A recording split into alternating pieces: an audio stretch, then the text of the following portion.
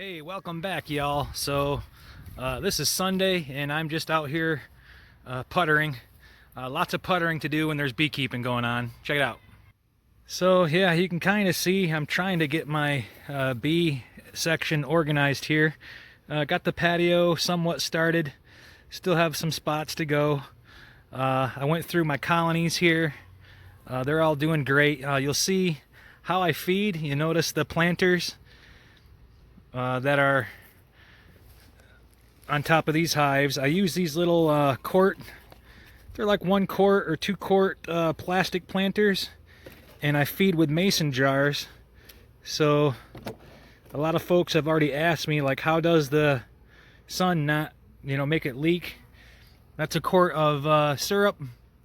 Again, I have a 7 5/8, I think, or 7 5/16 hole saw. It's the perfect dimension to drill the diameter of mason jars.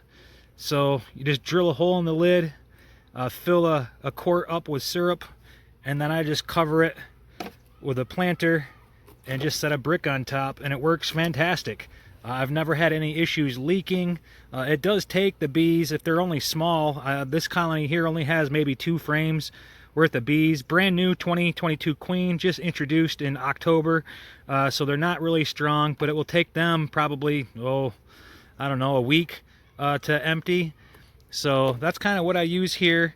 This one is the Miska Nook that I just acquired. I have a tag system, color coded, so I can kind of organize, who is who. My orange is the Miska, my yellow tags are Konas, and this is my cell builder here. I try to shake bees into the cell builder to get the nurse bees, so as I inspect these, as long as the queen's not on there, I just shake the nurse bees right into my cell builder. They'll mingle. There are little pieces of pollen, a little square, maybe 4 inches wide by 4 inches tall, little square pieces of pollen patty, so everybody, won't starve.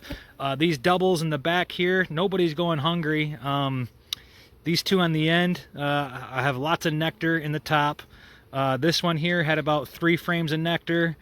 This one up here had 5 frames of nectar, and this one also had a good 4.5 frames of nectar. So I'm not even feeding them.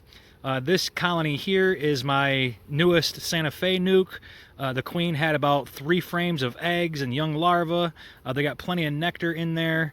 They got new foundation frames up top. So again, I'm feeding them. This is just a little bigger jar. I just use what I got. It doesn't have to look pretty, but same concept. I think this is like a 1-gallon pot. There's my quart jar. Bees might ignore the syrup while they're getting nectar during the day, but at night when the sun goes down and they don't fly, they'll start getting that syrup. Shaking the syrup helps as well. There is a screen on the inside, so if I show you, watch, this one doesn't have a screen on it. I think it does. Yeah, see? So there's a screen. I staple hardware cloth underneath so the bees can't come out. Drizzle some syrup in there, let them know it's there.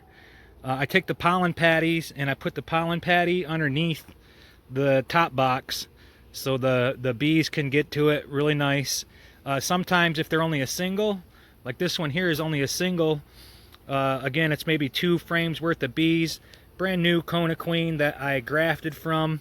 I use a shim, so that way it adds a little bit of space, and I just put a pollen patty, towards the sides, and I give them a quart jar of syrup. So just real quick, I just want to show y'all, I've been getting some comments on how, quart jars work. This works great for me. I could use the plastic inverted buckets, the pail feeders, they work too. Generally though, the buckets that you use are 1 gallon. So my colonies don't need a gallon at a time. I'd rather just feed quarts at a time, and that way they go through it quicker. So that's all. I'm gonna keep on working on this patio here, try to scrape the weeds out. I'm using a pallet here to put my brick on, and I got some more colonies to check. So hope you all have fun with your bees.